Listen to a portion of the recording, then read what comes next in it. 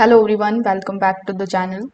In today's video, I'm going to show you how you can download TP-Link application on your PC. So first of all, what you need to do is on your PC or on your Windows laptop, you just have to simply look for the Microsoft Store. Now when you are inside Microsoft Store, you need to simply search for TP-Link. Now when you are able to find the TP-Link application over here, you just have to simply select that and then you just have to get it on your device. But as you can see, currently TP-Link application is not available for Windows or laptops.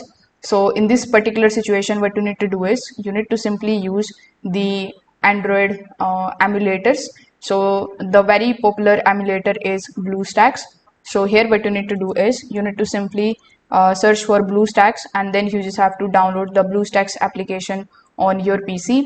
Now when you download the BlueStacks application on your PC, you will be able to basically log in with the help of your Google account inside it, and afterwards when you search for TP-Link, you will be able to find the application. Then you can click on the option of install and then you can install the application on your PC, and this way you will be able to basically start using it.